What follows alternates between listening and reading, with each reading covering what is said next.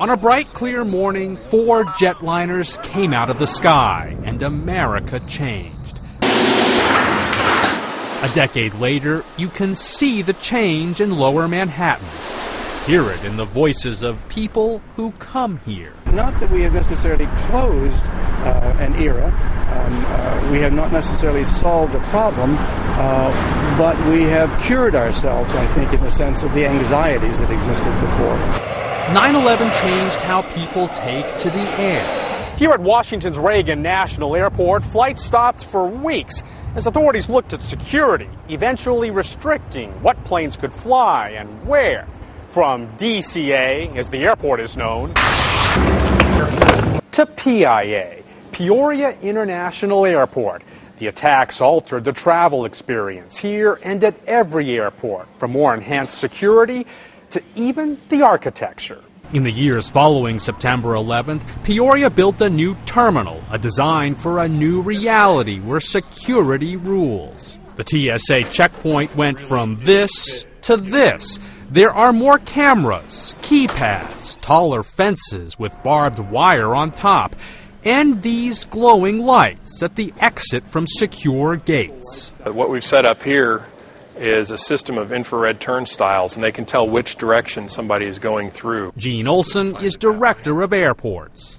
You know, the first couple of years it was still shock and grief, and then it was overload because of all the additional requirements and procedures that airport operators had to go through, and dealing with the budgetary pressures. And so it was almost like this hangover that never went away. Peoria, Illinois, a city of 115,000 people in the land of Lincoln, away from security-conscious New York and Washington. Will it play in Peoria? That famous line from vaudeville. Actors, then companies using the city as a test audience because it is, well, average, appealing to Main Street America. Jim ARDIS is the mayor. On September 11th, he was on the city council. I just think that the mood around here was just, we could not believe that this happened to us at that magnitude on our own soil. 10 years later, if there is another calculated or a group of calculated attacks, that I'm concerned. I mean, we do have Caterpillar here.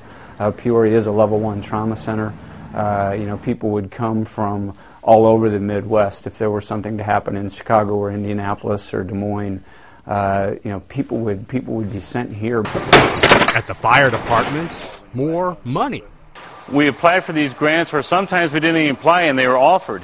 You know, but what they did is offered us the equipment and the training to just do the job that, you know, probably 911 brought to all of our awareness. This equipment, getting people out of trapped buildings in tight spaces.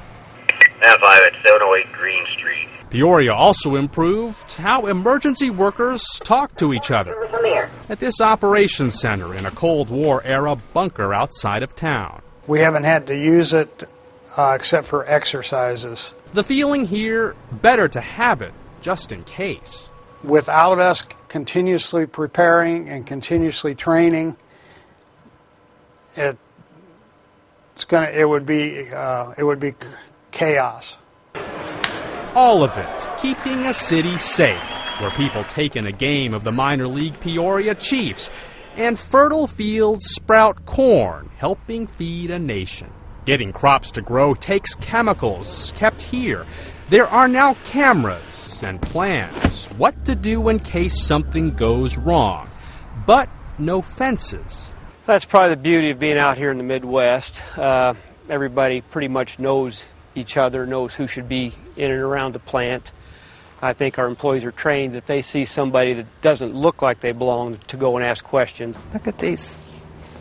Really nice. At Tanner's Orchard in Spear, Illinois, the worry here is how the apple crop is coming in and what is on the lunch menu. I really don't even think about it.